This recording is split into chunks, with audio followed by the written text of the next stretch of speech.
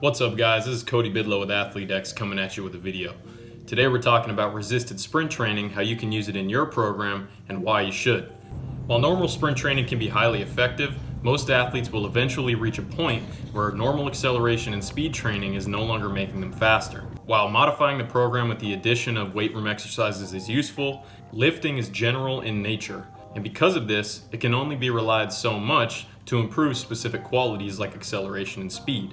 Since the most reliable way to train for sport is in a specific manner, resisted sprint training is something that you should consider including in your training program. To improve sprint performance, you can use resisted sprints, resisted bounds, and resisted drills as a way to improve your acceleration, your maximal speed, and your speed endurance qualities. So the first reason to do resisted sprint training is that it improves effectiveness of force application. Athletes who orient forces effectively during acceleration accelerate better than athletes who simply produce large amounts of force. The greater the ability and the further into the sprint the force can be applied horizontally, the further the athlete will be able to accelerate.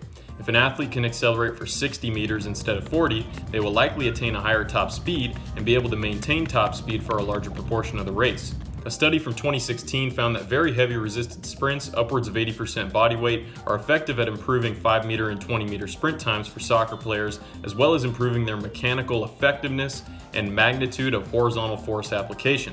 This means that when using heavily resisted sprint training, athletes were able to orient forces more horizontally, produce higher levels of horizontal force, and ultimately improve their short distance acceleration times. Second reason is that resisted sprint training can train the determinants of 100-meter dash performance. In looking at the biomechanical determinants of 100-meter dash performance, a study found that 100-meter performance is associated with a velocity-oriented force-velocity profile, a higher ability to apply the resultant ground reaction force vector with a forward orientation throughout acceleration, aka to produce horizontal force throughout acceleration, and a higher step frequency caused by a shorter ground contact time. When we consider what can be accomplished with resisted sprint training, it is clear that we can work on all of these aforementioned qualities using resisted sprints and other exercises. You can add load to the athlete while not sacrificing limb velocity, as the athlete is only loaded during ground contact. This helps maintain a velocity-oriented force-velocity profile during flight while utilizing resistance during stance. Resisted sprint training allows for a more forward or horizontally oriented body posture and ground strike, allowing the athlete to work on applying force to the ground in a horizontal or forward-oriented vector. And because of the altered flight and ground contact times when sprinting against resistance, the athlete can work on increasing their step frequency early, something that cannot be easily practiced without resistance. Next, resisted sprint training allows us to train glutes with specificity. You've seen a lot of people doing squats, hip thrusts, and other exercises to train the glutes, but ultimately, if you're not training in a way that is specific to how the glutes are used, particularly during late swing phase and during the stance phase, then it's not going to transfer all that well to your sprinting performance. Resisted sprint training allows for the athlete to overload ground contact in a horizontal direction, increasing the demands on the glutei for forward propulsion with an emphasis on the first half of the stance phase.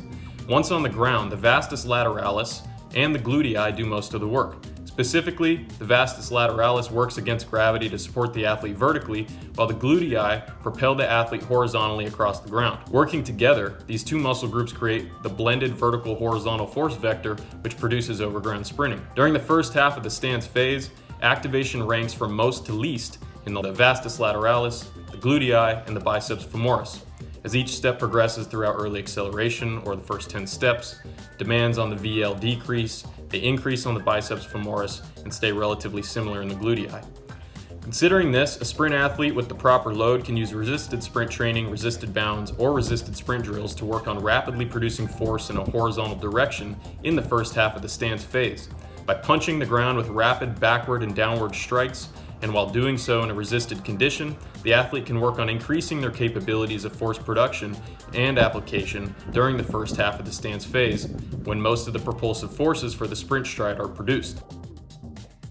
When we talk about resisted sprint training, people will often question, should we do it horizontally or vertically, i.e. should we use a sled, an exergini, a 1080 sprint, or should we use something like a weighted vest? I believe that we should focus mostly on the horizontal loading and let vertical loading happen through gravity, body weight, and That's about it.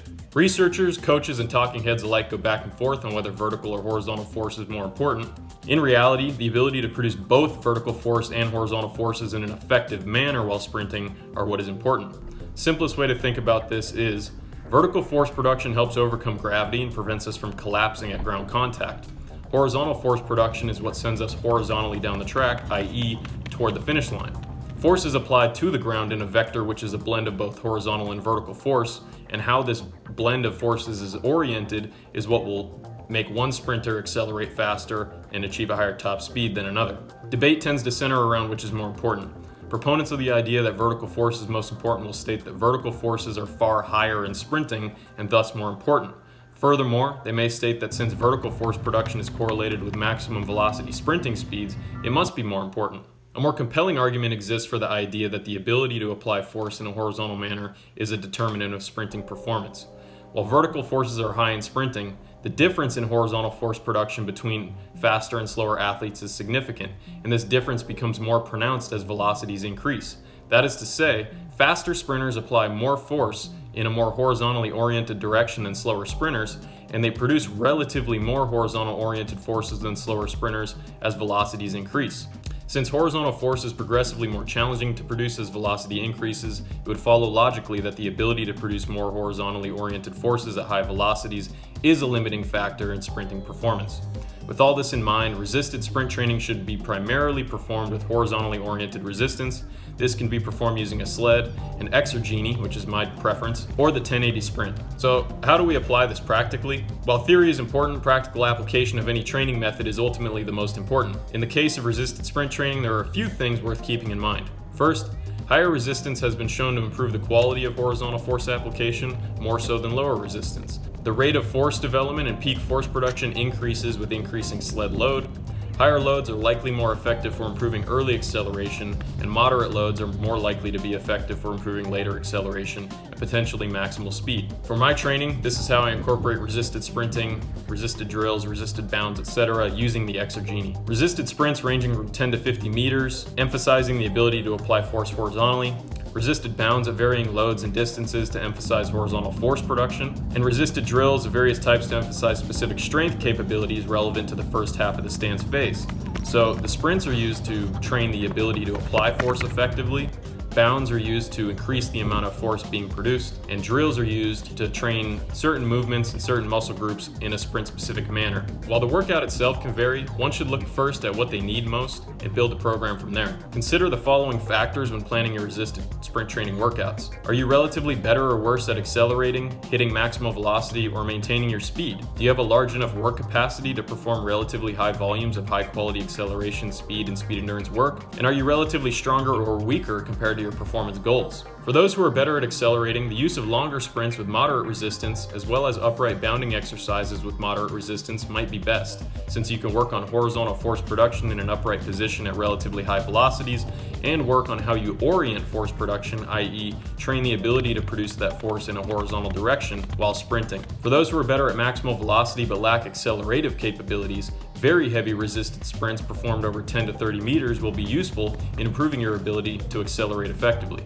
For those who lack speed endurance, repeated resisted sprints of longer distances, such as 30 to 50 meters, can help increase work capacity in sprint-specific conditioning, making it easier to eventually transition into true speed endurance work. If you're relatively strong, it will be more beneficial to utilize higher loads at any given distance, and for weaker athletes, lower loads can be used positive effects. Over time, the goal should be to sprint faster with the same load, or to sprint equally as fast at higher loads. Furthermore, athletes should aim to increase the distances sprinted and the loads used, both in the moderate and the long term. Throughout the year, emphasis can transition from shorter sprints at higher resistance levels to longer sprints at lower resistance levels. Athletes can move from workouts predominantly consisting of resisted sprints to a more blended workout distribution and ultimately a wholly non-resisted workload toward the end of the year. The following are some workout examples. You can use these, you can use something similar or something different. These are just ideas of what you can do with resisted sprint training.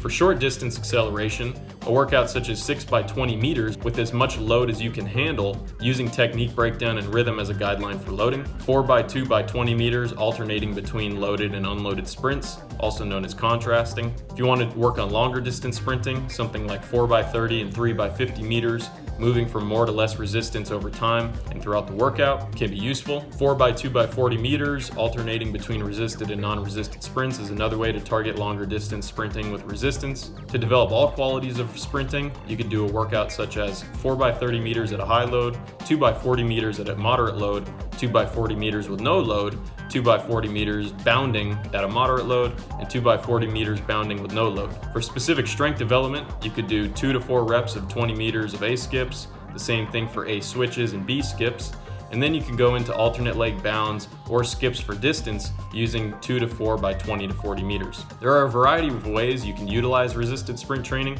and your specific use should really be dictated to your needs, the period of the year that you're in, and the current point in your long-term training progression. On the topic of whether or not to use a sled versus something else like the Exergenie, while in the past I've used sleds, I recently acquired an Exergenie and find it to be far superior to sleds for a number of reasons. It's far easier to carry around, set up, and pack up than a sled, as you're not having to carry around weight plates. It's far easier to decide which load you're going to use, as there are precise settings for load throughout a wide range from no load to pulling a truck. It allows for a more consistent loading, whereas a sled will speed up and slow down due to momentum changes, so you're going to have a more consistent distribution of resistance throughout the run. It's not going to be herky-jerky and pulling you back and forth because of the sled is bouncing around behind you. It allows for a wider range of exercises to be performed safely, such as resisted drills and bounds, whereas with a sled, I've found that it's easy to get your leg caught up in the strap, and it's also just not that effective because of the fact that the sled is bouncing around. So if you do an A switch or something, you might bounce the sled too far forward, and now your next rep has no resistance. With an Exergenie, there's no problem. Last, it allows for use on any surface, and it will not damage your track or your turf. So you're not going to get yelled at by someone at the facility you're training at because you're ruining the track. Instead, you just hook it up to a pole, make sure it's a strong enough pole, and then you sprint. You're not going to damage the ground, not going to damage the track, anything like that. If you're looking for an effective way to incorporate resisted sprint training into your sprint training program, I'd highly suggest that you consider investing in an Exergenie. I'd suggest the 1080 Sprint, but it's very expensive, and unless you have a massive budget, it's just not going to work. In conclusion, for athletes who want to accelerate more effectively, improve their maximal sprinting speed, or train sprint-specific strength related to the stance phase of sprinting, then resisted sprint training is something that should be tried. Utilize resisted sprint training throughout the year in a way which is relevant to your needs and goals, as well as your current levels of strength and sprinting capability. By using short distances and heavy loads, moderate distances and moderate loads, resisted bounds, resisted drills, and contrasts with unresisted sprints and exercises, athletes of all types can add another set of tools to their toolbox in the pursuit of sprinting faster and improving athletic performance. Thank you guys for tuning in. I hope you enjoyed the video and that you got something out of it. While you're here, please subscribe below so you can stay tuned to my future content. Hit a like so YouTube shows this video to more people, and check my links below in the description for other interesting stuff that you might find useful, or to check out the Exergenie as mentioned in this video. Thanks for tuning in. I'll catch you guys next time.